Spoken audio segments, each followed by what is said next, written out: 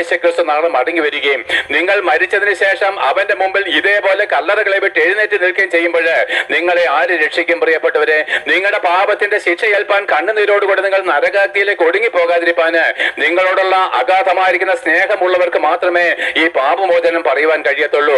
ഞങ്ങൾക്ക് ഒരു അറിവുണ്ട് പ്രിയപ്പെട്ടവരെ, ഞങ്ങൾ യേശുക്രിസ്തുവിന്റെ ആത്മാവിനെ പ്രാപിച്ചവരായതുവഴി സ്വർഗത്തിലെ കാര്യങ്ങളെ പറ്റി ഞങ്ങൾക്ക് നല്ല ബോധമുണ്ട് പ്രിയപ്പെട്ടവരെ.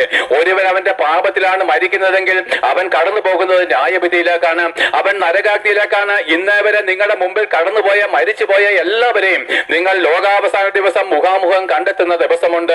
അന്ന് യേശുക്രിസ്തുവിന്റെ സിംഹാസനത്തിൽ അവന്റെ രഹസ്യങ്ങളെ, നിന്റെ രഹസ്യങ്ങളെ പരസ്യപ്പെടുത്തുന്ന ഒരു ദിവസമുണ്ട്. എന്റെ പ്രിയപ്പെട്ടവരെ, നമ്മളെല്ലാവരും പാപം ചെയ്തവരായതുകൊണ്ടാണ് ഈ സുവിശേഷത്തിന് പ്രാബല്യമുള്ളത്.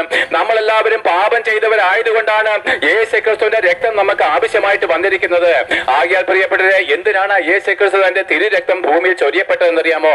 നമ്മളെ പോലുള്ള പാപികളെ രക്ഷിപ്പാന്. അതേ പ്രിയപ്പെട്ടവരെ, നമ്മളെ പോലുള്ള പാപികളെ ആ നിർമ്മല രക്തത്തിൽ കഴുകി നമ്മളെ ദൈവത്തിന്റെ മക്കളും വിശുദ്ധരുമാക്കി സ്വർഗത്തിന് അവകാശികളാക്കി തീർക്കേണ്ടതിന് ദൈവത്തിന്റെ നമ്മളോടുള്ള അഗാധമായിരിക്കുന്ന സ്നേഹമാണ്, അനുഗ്രഹമാണ് യേശുക്രിസ്തുവിന്റെ ക്രൂശീകരണം. ആ ഒരൊറ്റ ലക്ഷ്യം മാത്രമേ യേശുക്രിസ്തുവിനുള്ളൂ. ആ രക്തത്തിൽ ആശ്രയിക്കുകയും വിശ്വസിക്കുകയും ചെയ്യുന്നവർ പാപമോചനം നേടണം. എന്നാൽ എന്നെ കേൾക്കുന്ന ക്രിസ്തീയ മതവിശ്വാസിയെ, നിങ്ങൾക്ക് പാപമോചനം ലഭിച്ചിട്ടില്ല. നിങ്ങൾ പാപികളായിട്ട് ദോഷികളായിട്ട് ഇന്ന് മരിക്കുന്നെങ്കിൽ നിങ്ങൾക്ക് വെച്ചിരിക്കുന്നത് കഠിനമായിരിക്കുന്ന നരകവിധിയാണ്. യഹൂദനായാലും ശരി, യവനനായാലും ശരി, നമ്മളായാലും ശരി, മാനസാന്തരപ്പെട്ട് ക്രിസ്തുവിലേക്ക് തിരിഞ്ഞിട്ടല്ലാതെ നമുക്ക് പാപമോചനം ഇല്ലാത്തത് കൊണ്ട് ആ യേശുക്രിസ്തുവിനുള്ള പാപമോചനം മാത്രം പറഞ്ഞ് ഇവിടെ നിർത്തുന്നു.